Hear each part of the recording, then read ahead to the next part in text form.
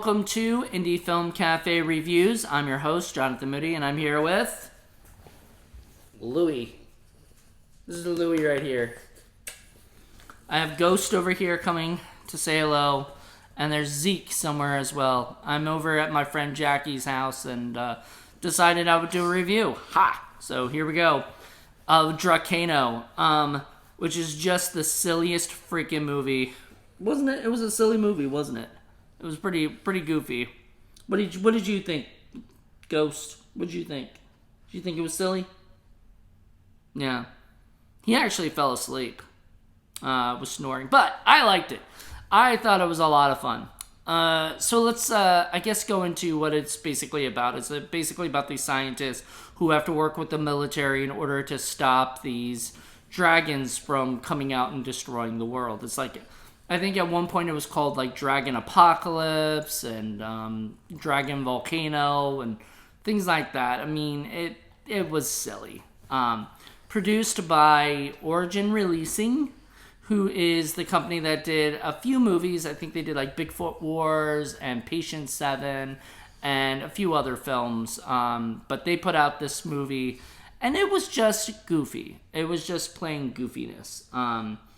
But it was fun. I enjoyed it. What I enjoyed the most about it was that Cord Nemec really took this movie seriously. It felt very much, because I think it came out like right after Sharknado, so Dracano, I think they were really trying hard to kind of jump on the Sharknado bandwagon. But it didn't, I don't know. I don't know if it felt like it had the same kind of feeling as like Sharknado's goofiness and silliness.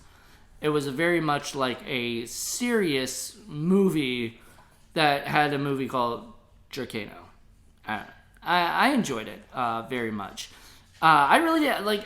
What I liked most about it was how fun it was. It had Cord Nemec had a daughter, so she was along for the ride, which kind of made more for the audience characters. Like if you're into that, if you're watching the movie and you're like, what does that mean? She's the one who pretty much asked those questions or whatever.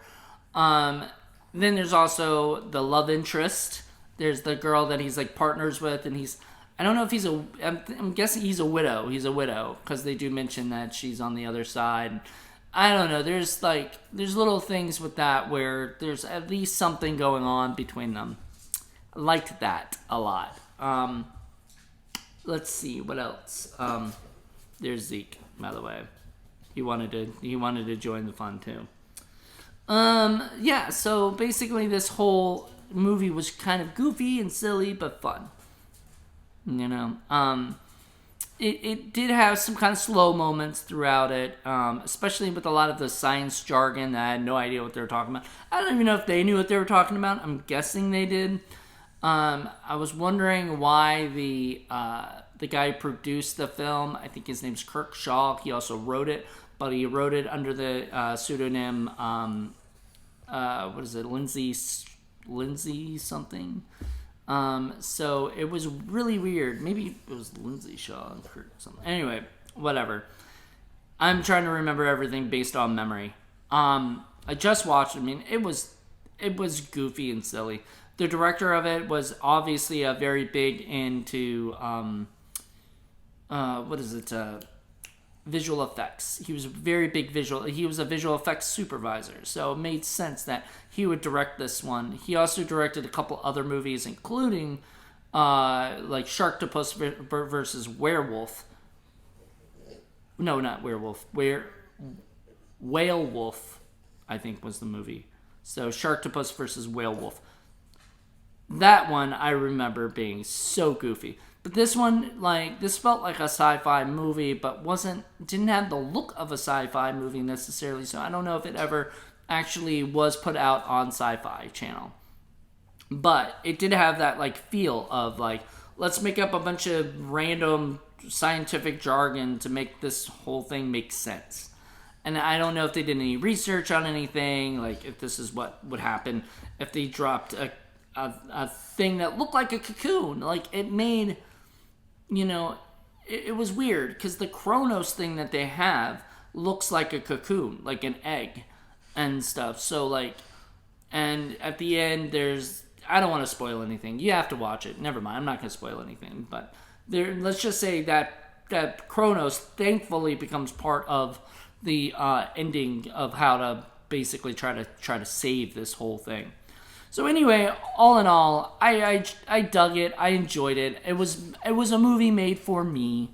If you are not into these like made for sci-fi goofy movies and stuff like that, do not watch it. You're not gonna like it. It is so goofy and silly and fun that you would have to be into that kind of stuff in order to watch it. So anyway, that's pretty much it. I just felt like I would come here and do a little review.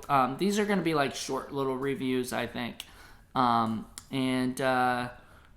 so that's it. So thank you so much, and I hope you guys enjoyed this. And yeah, come check us out. I think the next one I'm going to do is going to be with Jackie, most likely. And then the next one after that will be another solo one. Paul may do some. I'm not sure. That's up to him. We are now separated. Not like it's a bad thing or like something. I'm in LA. He's in Virginia. So we're doing our own things. And I thought, let me do a review of this movie because this movie just seemed so out there and goofy. And I have a little bit of time, so why not? All right, man. Well, everybody, you guys enjoy the rest of your time here checking out the stuff. There'll be way more videos coming up. So expect at least 3 of them per week, if not a full week like they'll be this week. There'll be a full week this week, so that's good. All right, well, hope you guys enjoyed it. Bye.